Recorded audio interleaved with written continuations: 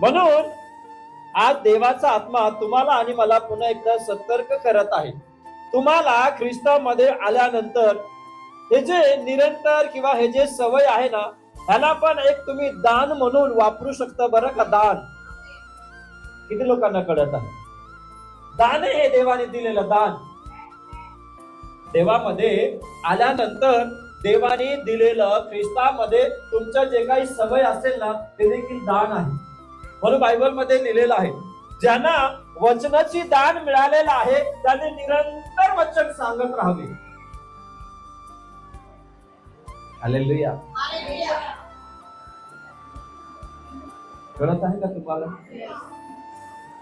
ज्याला स्तुती करण्याचं दान आहे त्यांनी निरंतर स्तुती करण्यात पुढे जावे.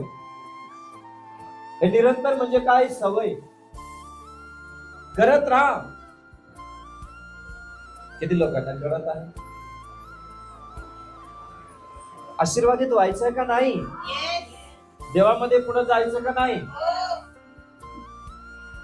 आणि म्हणून माझ्या प्रियानो, हे जे काही सवय आहे हे देखील दान असतात प्रियानो, जे देवाने दिलेलं आहे. जो प्रार्थना करतो त्याने निरंतर प्रार्थना करावे. तुम्हाला मिळो किंवा न मिळो, निरंतर प्रार्थना करा. निरंतर प्रार्थना करा.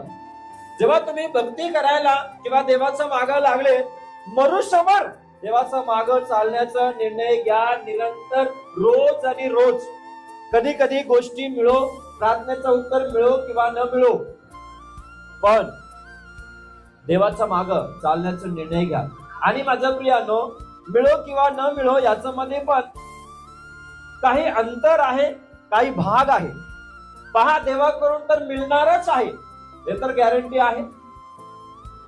बोला आमेन. देवाकडून मिळणार नाही असं कुठलीही गोष्टी नाहीये, मिळणारच. आणि जेव्हा मिळत नाही तर तिथं आपल्यामध्ये काहीतरी कमी आहे. हे मात्र तुम्ही, ही जे बाजू आपल्यामधलं कमी बाजू, हे तुम्हाला स्वीकारायलाच हवंय प्रियानो. तुम्ही कळत आहे का? देव देणार नाही असं कुठे लिहिलेलं नाहीये बायबल मध्ये. त्यांनी नेहमी देत आलेला आहे, तो त्यांनी देत आहे, देत राहणार.